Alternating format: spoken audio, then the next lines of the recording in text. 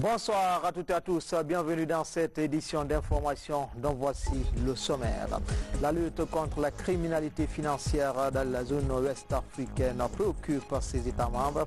À Conakry, les experts débattent du sujet et tentent de trouver une nouvelle stratégie pour contrer le fléau. Et puis en déplacement, nous irons dans le sud du pays. Le ministre des Travaux publics sur les chantiers des routes Kissidougou-Guédou et Guéguédou-Kondébadou, Moustapha Naïti, exhorte les entreprises à accélérer les travaux. Enfin, les conséquences des boissons fraîches en ce mois de Ramadan. Notre rédaction s'est intéressée au sujet. Les spécialistes réagissent et apportent des conseils pour éviter cette préférence alimentaire qui n'est pas sans conséquence pour la santé des fidèles. Voici pour le sommaire, c'était tout pour le sommaire. Encore une fois, bonsoir à toutes et à tous. Tout d'abord, ces séries de décrets. Décret D 2019-137 PRG SGG portant nomination des cadres au ministère des Postes, des Télécommunications et de l'économie numérique. Le président de la République a vu la Constitution décrète, article 1er. Les cadres dont les prénoms et noms suivent sont nommés dans les fonctions ci-après. 1. Secrétaire général.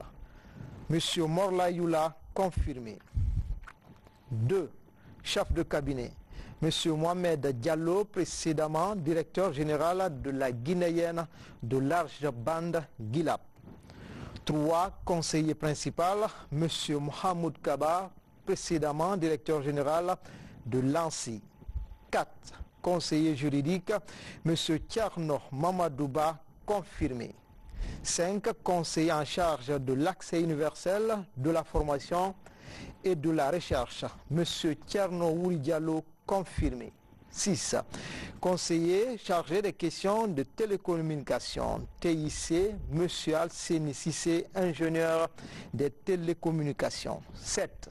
Conseiller chargé des questions de l'économie numérique, M. Abakar Kourouma, précédemment directeur général adjoint de l'ANSI.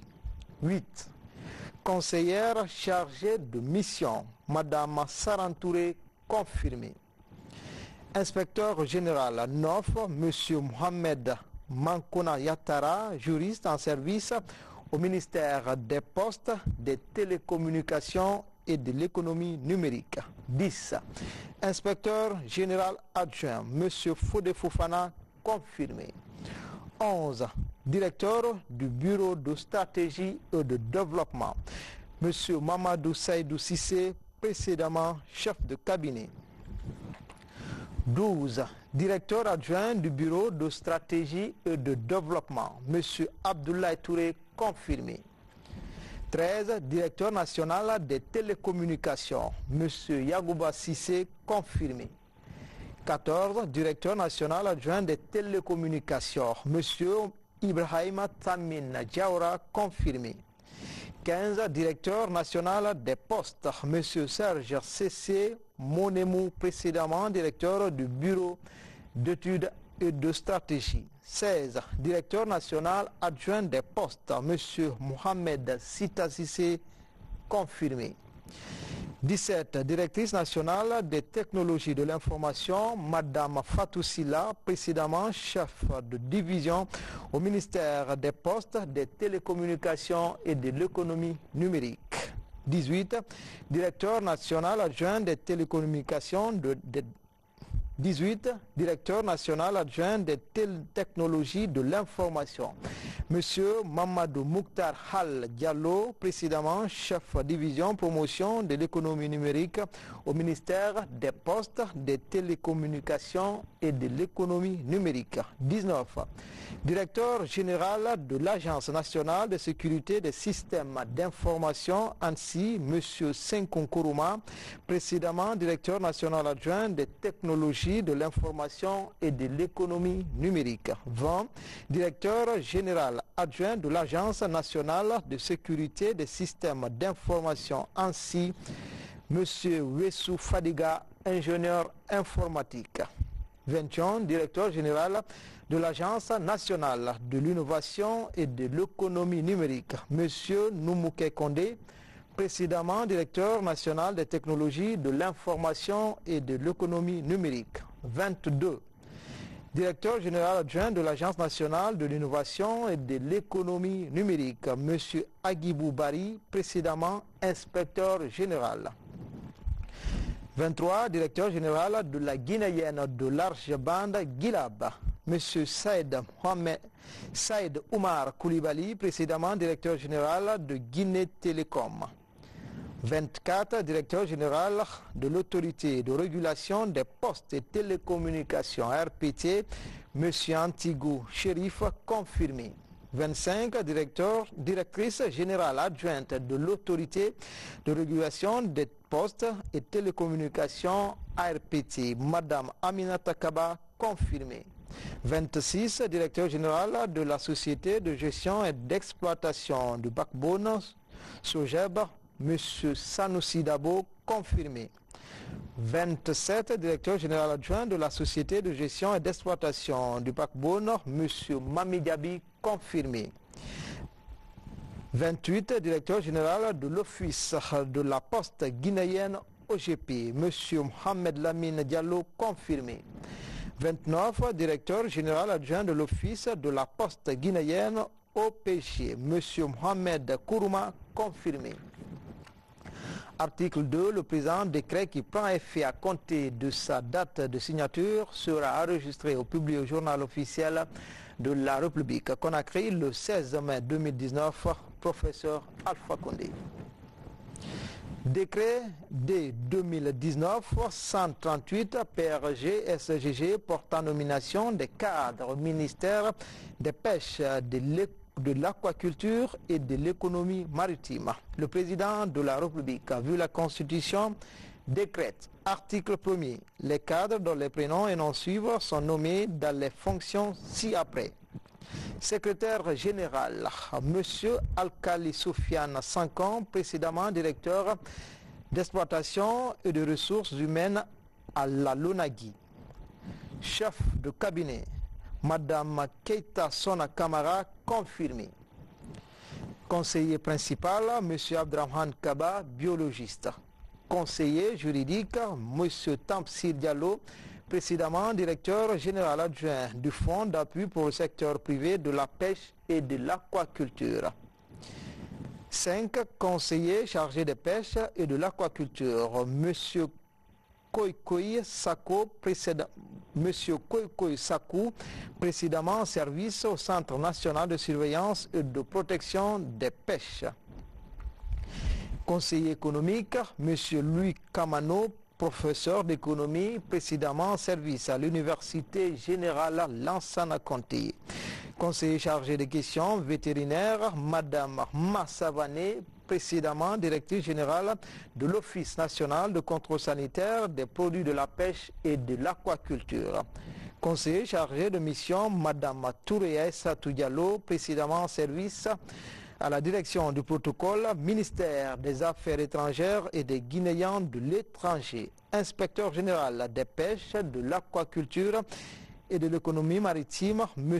Mamadi Keita, précédemment conseiller principal. Inspecteur général adjoint des pêches, de l'aquaculture et de l'économie maritime, M. Gibril Souma, précédemment en service au cabinet du ministère des Pêches, de l'Aquaculture et de l'Économie maritime. Directeur national de l'aménagement des pêcheries, Mohamed Mustafa Li, précédemment secrétaire exécutif du comité paritaire pour une pêche durable. Directeur national adjoint de l'aménagement des pêcheries, M. Émile Siba Soropogui, précédemment directeur général adjoint du service gestion des ressources halieutiques. Directeur national des pêches maritimes, M.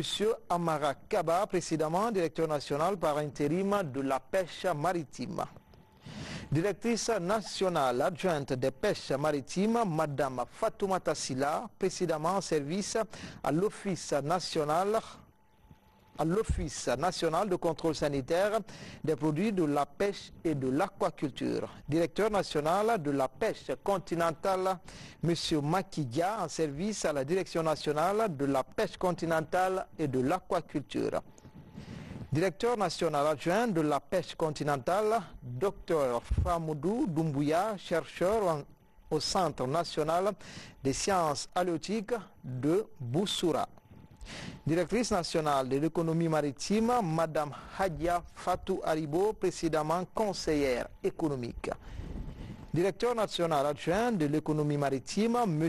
Mamadi Luc Oliano, précédemment directeur général adjoint du service des douanes, des domaines et des infrastructures publiques, de pêche et de l'aquaculture.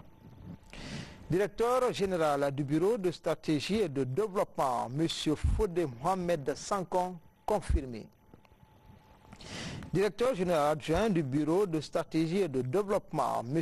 Mamadi Magasouba, confirmé.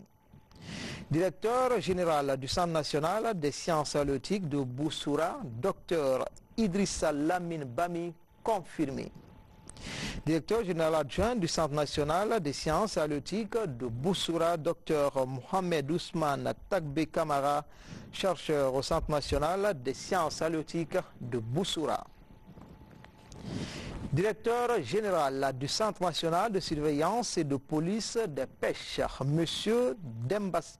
Demba Guissé, précédemment directeur général par intérim du Centre national de surveillance et de protection des pêches. Directrice générale adjointe du Centre national de surveillance et de police des pêches, Madame Sayon Kamara, précédemment en service au Centre national de surveillance et de police des pêches. Directeur général de l'Office national de contrôle sanitaire des produits de la pêche et de l'aquaculture, M. Moussa Kabassan Keita, précédemment directeur national de la pêche continentale et de l'aquaculture. Directeur général adjoint de l'Office national de contrôle sanitaire des produits de pêche, des produits de la pêche et de l'aquaculture, M. Lansana Djelikourouma, matricule 175 466 Y, chef cellule d'inspection des établissements. Directeur général de l'Agence nationale de l'aquaculture, M. Sidiki Keita, confirmé. Directeur général adjoint de l'Agence nationale de l'aquaculture, M. Mohamed Bob Diaby, précédemment directeur national adjoint de la pisciculture. Article 2, le présent décret qui abroge toute disposition antérieure contraire prend effet à compter de sa date de signature et sera enregistré au publié au journal officiel de la République Conakry le 16 mai 2019. Professeur Alpha Condé. Décret D 2019-139 PRG-SGG portant nomination des hauts cadres au ministère des hydrocarbures. Le président de la République a vu la Constitution décrète, article 1er. Les hauts cadres dont les noms suivent sont nommés dans les fonctions ci-après. Secrétaire général, M. Mamadou Niaré, administrateur civil, précédemment secrétaire général du groupement des professionnels des produits pétroliers. Chef de cabinet, Mme Sarah Kamara, exécutive, master en management de projet digital. Conseiller principal, M. Amadou Doumbouya, économiste, précédemment assistant administratif du directeur général de l'Office national des pétroles, ONAP. Conseiller technique, M. Al-Hassan Diallo, économiste financier. Conseiller juridique, M. Almami Touré, juriste, matricule 243800N, précédemment chef de service communication de l'Office national des pétroles ONAP. Conseiller chargé de mission, M. Ibrahim Sako, économiste en service à l'Office national des pétroles ONAP. Attaché de cabinet, M. Ibrahim Kallo, en service au ministère des Affaires étrangères et des Guinéens de l'étranger. Attaché de cabinet, M. Ibrahim Kallo, en service au ministère des Affaires étrangères et des Guinéens de l'étranger. Directeur du bureau de stratégie et de développement, M. Salian Sekou Kouyaté, matricule 22 95 56 AP, enseignant, chercheur, Université Générale Lansana Conté de Sonfonia. Directeur adjoint du bureau de stratégie et de développement, M. Sidi Kinabe, ingénieur chimie industrielle. Directeur national des normes et réglementations, M. Lansana Kanté, inspecteur des services financiers et comptables, matricule 20 98 43D, précédemment directeur des normes et réglementations de l'Office national des pétroles ONAP. Directrice nationale adjointe des normes et réglementations, Madame Mongo Kamara, ingénieur chimiste, matricule 25 25 07 X, en service à la direction des normes et réglementations de l'Office national des pétroles ONAP. Directeur national de la législation pétrolière, M. Jean Matos Konomou, ingénieur chimiste, matricule 25 20 64 S, précédemment conseiller DG de l'Office national des pétroles. Directeur national adjoint de la législation pétrolière, M. Alseni Kamara, administrateur civil. Directeur national de la santé, sécurité, environnement et communauté, M. Mamadou Mabinti Kaba, économiste, précédemment directeur des ressources humaines de l'Office national des pétroles ONAP. Directeur national adjoint de la santé, sécurité, environnement et communauté, M. Seko Tidiane Kondé, ingénieur chimiste, matricule 22 36 84 Y, précédemment à la direction hygiène, santé, sécurité, environnement de l'Office national des pétroles ONAP. Inspecteur général, M.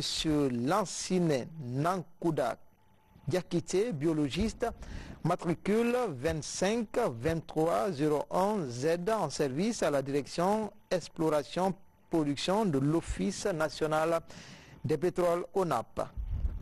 Inspecteur général adjoint, M. Ibrahim Khalil Sissoko, ingénieur géologue, matricule 24 98 60 en 24 98 60 S, en service à la direction exploration production de l'Office national des pétroles ONAP.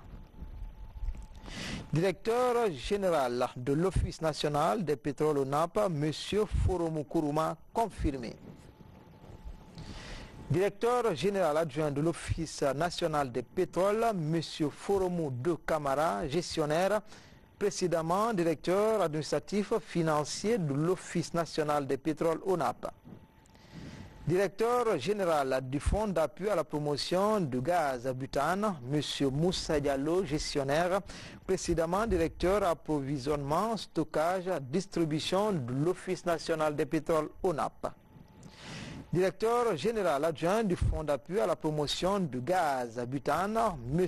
Kaman Sadi Diallo, gestionnaire, précédemment conseiller principal du directeur général de l'Office national des pétroles ONAP.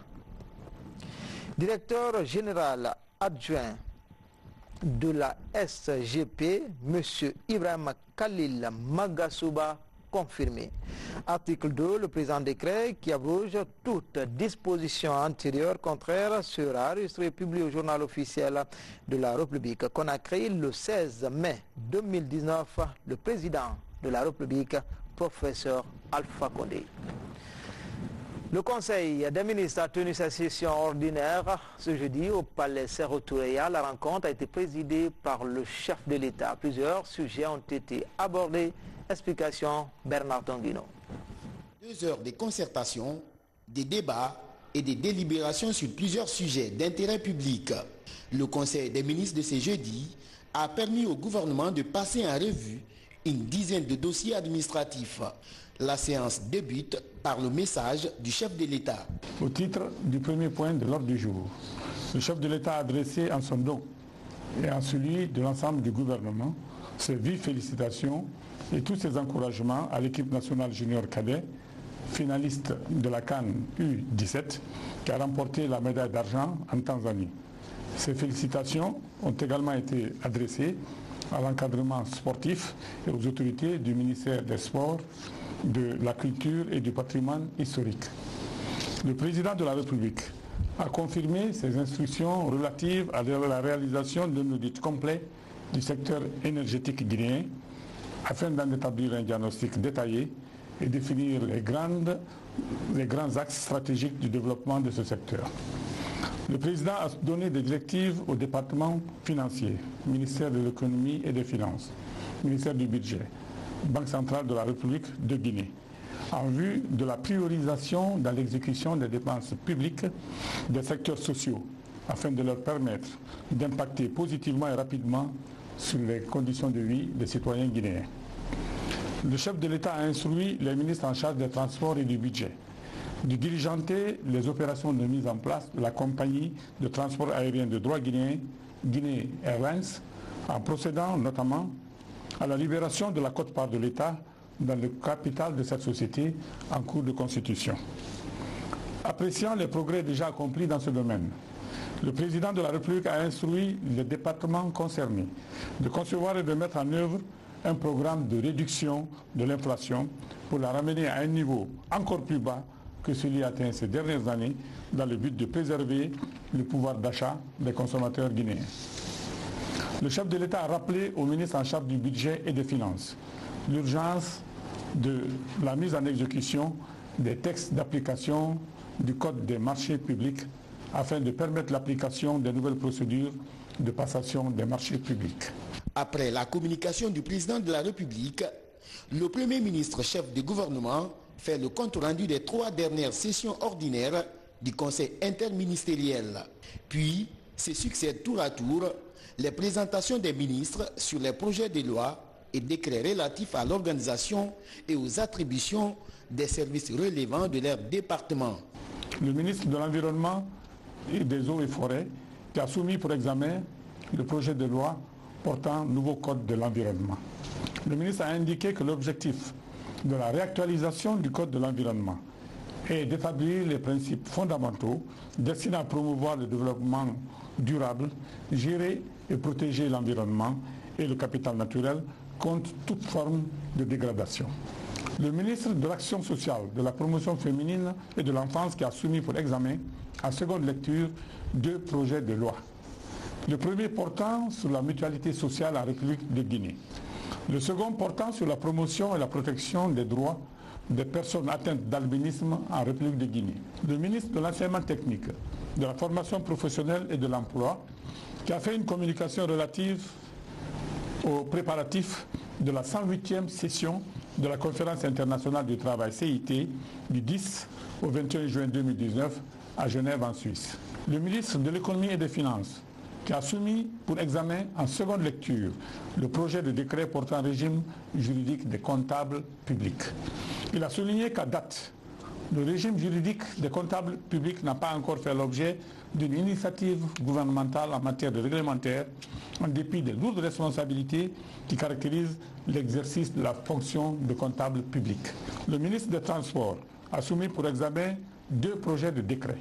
Le premier fixant les statuts de l'Office guinéen des chargeurs CGC, il a indiqué que conformément au Conseil des chargeurs en Afrique, le Conseil guinéen des chargeurs a pour objet de contribuer à la promotion du commerce extérieur de la Guinée en apportant toutes les facilitations et assistances multiformes aux chargeurs dans l'accomplissement de leur mission. Le second projet du décret fixant les statuts de l'Agence de la navigation aérienne ANA.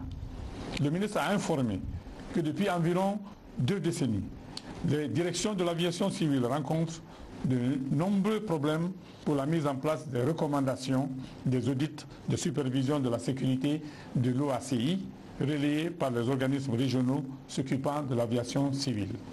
Le ministre de l'Hydraulique et de l'Assainissement a fait une communication relative au rapport d'étape sur l'avancement des opérations d'assainissement de la ville de Conakry. Le ministre de l'économie et des finances qui a fait une communication relative à la tenue des réunions statutaires de la zone monétaire de l'Afrique de l'Ouest, ZMAO, du 25 juillet au 2 août 2019 à Conakry. Le ministre de l'énergie qui a fait une communication relative à l'accord de financement entre la République de Guinée et l'Association internationale de développement IDA et la convention de crédit entre la République de Guinée et l'Agence française de développement AFD relatif au financement du projet d'amélioration de l'accès à l'électricité en Guinée. Le ministre de l'administration du territoire et de la décentralisation, qui a fait un compte rendu sur le programme de lancement des projets d'infrastructure financés par l'Agence nationale de financement des collectivités en Afrique. Au terme des débats, les différents projets présentés ont bénéficié du soutien et de l'approbation du Conseil. Des dispositions et textes d'application des 10 projets devraient être élaborés dans les meilleurs délais. Au titre des divers, un nouvel exploit international d'un autre Guinéen est annoncé. Celui du Dr Sékou Traoré, spécialiste en génie chimique à l'université Gamal Abdel Nasser de Conakry, qui remporte le prix des champions mondiaux 2019 de la boue rouge. Le chef de l'État a présidé aussi ce matin à Koléa la remise des équipements sanitaires et autres liés aux produits locaux et de la pêche. C'est une action du programme de productivité en Afrique de l'Ouest avec un financement du Fonds mondial. L'objectif étant d'accompagner le processus de transformation et mise à marché des produits agricoles de qualité. Sanassi Keita. 30 couveuses solaires, 2 séchoirs modernes de fruits et une dizaine de fumoirs de poissons. Ces équipements sont destinés au monde rural guinéen pour l'agriculture, la pêche et l'élevage par le programme de productivité agricole en Afrique de l'Ouest avec un financement de la Banque mondiale. La cérémonie a mobilisé plusieurs personnalités du pays et étrangères, ainsi que les professionnels évoluant dans les domaines de la pêche, de l'agriculture et de l'élevage sous la direction du président de la République, professeur Alpha Condé. L'objectif étant de consolider les plateformes d'innovation multi-acteurs pour le développement des filières ciblées dans une approche orientée vers le marché. Bref, accompagner surtout les processus de transformation et de mise à marché des produits agricoles de qualité et compétitifs. Cette initiative vise à renforcer l'intégration sous-régionale en matière de recherche agronomique et développement des innovations techniques et technologiques sur toutes les filières agricoles, d'élevage et d'aquaculture. Ceci est en parfaite adéquation avec votre vision du développement qui repose essentiellement sur le développement de l'agriculture. C'est pourquoi, sur votre initiative, le PASSANDAD, qui constitue l'expression tangible de l'accélération du développement rural de notre pays, a été financé par la Banque mondiale et intégré au programme de productivité agricole en Afrique de l'Ouest, le WAP. C'est à ce titre, Monsieur le Président de la République, que nous vous rendons un hommage très mérité, car grâce à votre clairvoyance, le paysanat guinéen est en phase avec l'évolution des nouvelles technologies. Les responsables de la Banque mondiale entendent davantage soutenir le président de la République dans ses ambitions de développement engagées en faveur du monde rural. Ce lot composé de 2 séchoirs de fruits de grande capacité, 20 séchoirs de fumage de poissons, 30 couffeuses solaires au profit de 650 bénéficiaires directs, vise à accroître la capacité de production, réduire les pertes post-récolte et améliorer les revenus des bénéficiaires. La Banque mondiale s'est donc engagée à adresser cette problématique à travers le PPAO et le projet de développement de l'agriculture intégrée en Guinée, d'un montant de 40 millions de dollars qui a été mis en vigueur en mars 2019. Ce projet consolidera les acquis du PPA en matière d'introduction, de diffusion de technologies pourvoyeuses d'emplois, notamment pour les jeunes et les femmes, avec la mise en place d'un guichet fonds à coût partagé d'un montant de 7 millions de dollars dédié uniquement au financement des micro-projets et des petites et moyennes entreprises. Cet appui s'inscrit dans le cadre des initiatives régionales de transfert de technologies au sein des pays mettant en œuvre le programme de productivité agricole en Afrique de l'Ouest. Les équipements dont vous nous faites l'honneur de procéder à la remise ce jour contribueront à coup sûr au renforcement des capacités de production et de transformation de fruits séchés et de poissons fumés ainsi qu'à la production de poussins dans les meilleures conditions d'hygiène et de protection de l'environnement.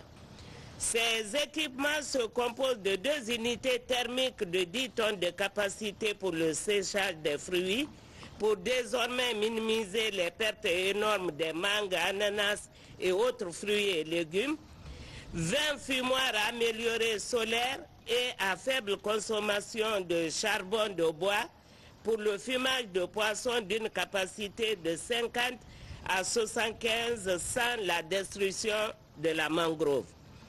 30 couveuses solaires pour l'intensification de l'aviculture villageoise.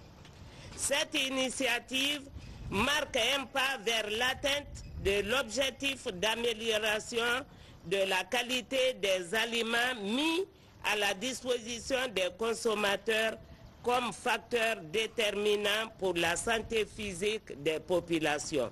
Ce soutien du programme de productivité agricole en Afrique de l'Ouest est une concrétisation de l'initiative présidentielle de développement rural. J'ai toujours dit que l'économie rurale est l'avenir de la Guinée, c'est-à-dire l'agrobusiness, l'élevage et la pêche. Cela est extrêmement important que nous transformions nos matières premières agricoles sur place. Il est extrêmement important aussi parce que cela peut nous permettre de changer progressivement nos habitudes de consommation. L'aviculture est extrêmement importante pour nous, car pour la santé des Guinéens, nous avons besoin de plus de viande blanche et de poissons que de viande rouge. Aujourd'hui, nous importons à peu près 30 millions de poulets. Le défi est de produire ces 30 millions de poulets en Guinée et davantage pour exporter dans d'autres pays. Donc je suis très heureux de l'accompagnement de la Banque mondiale en ce qui concerne l'agriculture. Mais j'aurais souhaité que le fumoir utilise plutôt les forêts améliorées que le bois, même si c'est faible quantité, car nous voulons protéger nos forêts. Donc nous allons faire en sorte que le fumoir n'utilise pas le bois, mais utilise les forêts améliorées. Donc c'est la demande que nous faisons au BAP et nous-mêmes nous allons nous y atteler. Il est extrêmement important d'accompagner nos paysans, nos éleveurs et nos pêcheurs. Car notre objectif est de faire en sorte que la région forestière, la Haute-Guinée et le Fouta n'aient plus besoin du poisson congelé venant de Conakry, mais qu'ils aient du poisson frais grâce à l'élevage de l'aquaculture dans leur région. Nous avons été accompagnés par la France et par l'Agence français de développement. Nous-mêmes, nous avons travaillé avec Israël afin que nous puissions produire à peu près 80 000 tonnes de poissons dans les 3 régions, ce qui va nous permettre, dans la mesure où nous avons commencé à négocier avec l'Union européenne pour pouvoir exporter nos poissons sur l'Union européenne, que nous puissions faire cela, ce qui va complètement transformer non seulement les conditions de vie des pêcheurs, des paysans et des éleveurs, mais aussi améliorer notre balance de paiement. Les paysans guinéens, particulièrement les femmes, sont très laborieux, mais n'étaient pas accompagnés. Nous devons aussi rendre hommage à nos artisans, parce que beaucoup d'entre eux fabriquent un certain nombre de matériels, comme ceux qu'on importe actuellement. Beaucoup sont fabriqués soit à Farana, soit à Kindia, soit à Kankan. Donc l'agriculture va aussi avec le renforcement des artisans qui peuvent aussi nous aider à mieux améliorer les conditions de vie de nos paysans, surtout de nos femmes. Donc nous sommes très heureux de remettre ces instruments aux premiers récipiendaires. Mais notre objectif est que tous les Guinéens qui sont en agriculture, on passe à la mécanisation. Mécanisation pour produire, pour récolter et pour transformer, afin de diminuer la pénibilité du travail, mais aussi de renforcer les revenus de nos frères paysans, éleveurs et pêcheurs. Nous espérons donc que cet accompagnement va continuer. En tout cas, le programme présidentiel a comme objectif de nous rendre autonomes au point de vue des cultures vivrières, d'autosuffisance alimentaire, mais aussi d'aider les paysans à avoir des cultures de rente qui vont leur permettre d'améliorer leurs conditions de vie, d'avoir des maisons, d'envoyer les enfants à l'école. Ce sera donc l'objectif. Nous remercions donc la Banque mondiale, mais aussi la BAD, puisque la BAD nous accompagne pour les plateformes agricoles qui vont nous permettre d'avoir des zones agricoles de développement. Les 2 programmes sont complémentaires. La BAD aussi nous a accompagnés pour le transfert des technologies avec l'Argentine et le Brésil en ce qui concerne le maïs et le soja. Bien sûr, les Guinéens ne sont pas habitués au soja, mais progressivement, ils vont s'habituer. Donc, je vous félicite tous et je vous remercie. 100 jeunes constitués en groupement d'intérêt économique dans les 4 régions du pays bénéficieront directement de ces couveuses solaires.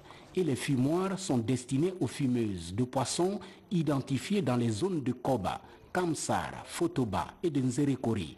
Les séchoirs, eux, seront installés dans les régions de Kankan et de Kindia. Vous suivrez l'intégralité de ce télémange juste après ce journal. Dans le reste de l'actualité, ouverture des travaux de la 31e session du groupe intergouvernemental d'action contre le blanchiment des capitaux en Afrique de l'Ouest. La lutte est engagée contre la criminalité financière dans la région. Les experts vont examiner toutes les solutions pour contrer le phénomène. Mamadi Gassama. Près de 300 délégations composées des experts africains et des partenaires prennent part à cette 31e session de la commission technique du GIABA, groupe intergouvernemental d'action contre le blanchiment d'argent en Afrique de l'Ouest. Le combat engagé contre la criminalité et le financement du terrorisme est examiné au cours de la session de Conakry. Une évaluation qui permet de mesurer le degré d'engagement de chaque pays membre. Nous devons apporter une réponse appropriée en privant les terroristes de leurs moyens de subsistance et d'action par des cadres juridiques et institutionnels robustes, efficaces de RDC, FT et régulièrement améliorés et renforcés par la coopération au plan national et international entre les acteurs impliqués. D'où la nécessité pour tous, chers experts, évaluateurs et pays évalués, de prendre très au sérieux les exercices d'évaluation mutuelle afin que les rapports d'évaluation mutuelle soient objectifs, clairs et d'excellente qualité et qu'ils formulent des recommandations pertinentes en vue d'amener les pays évalués à les mettre effectivement en œuvre. Grâce à la révolution technologique, le transfert de capitaux devient facile et tous les moyens sont utilisés par des réseaux puissants disposant de toutes les stratégies. Dans le combat, la Guinée a depuis des années produit des résultats remarquables. Il n'y a pas eu de condamnation, mais il y a eu des poursuites. Donc la CENTIF a eu à identifier ou mettre en cause, ou impliquer. Il y a certaines personnes qui ont été impliquées dans des cas de blanchiment sur la base des déclarations d'opérations suspectes que nous avons reçues. Nous avons mené des investigations pour recueillir un maximum de preuves que nous avons fait un rapport adressé à la justice. Maintenant, la justice aussi a son temps d'analyse, d'instruction, pour après procéder au jugement. La coopération inter-États est reconnue par l'ensemble des dirigeants comme l'une des armes efficaces pour lutter contre le blanchiment d'argent. En accueillant la présente session, la Guinée prouve encore sa détermination à protéger les économies des pays ouest-africains. La présente 31e plénière de la commission technique du GIABA revêt pour notre pays une grande importance, car elle offre l'occasion pour les populations guinéennes de mieux comprendre, notamment à travers les médias, ce que signifie le blanchiment de capitaux et le financement du terrorisme, et les outils dont nous disposons pour les combattre. C'est le lieu de rassurer la communauté internationale que la Guinée ne ménagera aucun effort pour tenir ses engagements pris dans le cadre de la mise en œuvre des 40 recommandations du GATT. Pour une coordination des actions engagées contre les capitaux douteux et le financement du terrorisme, chaque pays membre du GIABA dispose d'une cellule nationale de traitement des informations financières, CENTIF. Dans le pays profond, bientôt la fin du calvaire des usagers des tronçons Kissidougou-Guéguédou et Guéguédou-Kondembadou sur la nationale numéro 2. Le ministre des Travaux publics exhorte les entreprises à accélérer les travaux pour faciliter la circulation sur cette route longue de 53 km. Mangafo de Touré, Yaya Zatouni Tunkara, envoyé spéciaux. Les populations de Kailao, dans le district de Badala, préfecture de Kissidougou, expriment leur joie au gouvernement suite au lancement des travaux de reconstruction du lot 3 de la route nationale numéro 2, Kissidougou-Guéguédou. Sur les chantiers, le groupement Guicopress ETEP met en place sa carrière. Des équipements sont attendus dans les prochains jours pour l'ouverture du chantier long de 18 km. Sur cet autre tronçon, Guékédou-Kondébadou de 35 km, le groupement Béjec-Chico a démarré les travaux. L'entreprise a pu réaliser donc des travaux au niveau de la base ville, là où nous sommes actuellement. Elle a pu aussi faire des travaux au niveau de la base de production qui est située au PK 34. Et des travaux de démolition et de nettoyage ont aussi été effectués sur le site qui doit abriter les bureaux et les logements de la mission de contrôle. Donc pour les travaux d'installation, c'est ça qui a été fait. Au niveau de la base vie, on est à 85%. Au niveau de la base de production, on est à 65%. Et pour le site destiné au bureau et au logement de la mission de contrôle, on est à 5%. En visite de terrain pour l'évaluation des chantiers et des routes engagées par le gouvernement, le ministre des Travaux publics exhorte les entreprises à accélérer les travaux pour mettre fin au calvaire des usagers de ces routes. Le constat il est satisfaisant. Nous avons demandé à ce que les entreprises assurent la carrossabilité des deux tronçons. Et c'est chose qui est en train d'être faite déjà au niveau du deuxième tronçon, donc Guéguédou-Kondébadou, qui est confié au groupement Béjec et Nanchin. Et quant au groupement ETEP-Guicopress, nous leur avons demandé d'accélérer la mobilisation des équipements sur le terrain pour assurer aussi la maintenance de leurs tronçons. Les tronçons Kailao-Guékédou et Guékédou-Kondébadou constituent les principales taches noires de la route nationale numéro 2. La reconstruction de ces routes serait plus qu'un soulagement pour les populations de ces localités, mais aussi et surtout un plaisir pour de nombreux usagers. Enfin, la Guinée célèbre ce vendredi la journée mondiale des télécommunications, un événement célébré dans un contexte marqué par des réformes pour améliorer l'accès des populations aux services des techniques, de l'information et de la communication. La déclaration du ministre des télécommunications est commentée par Amadou Saliba. Cette année, la journée internationale des télécommunications coïncide avec le 154e anniversaire de l'Union internationale des télécommunications.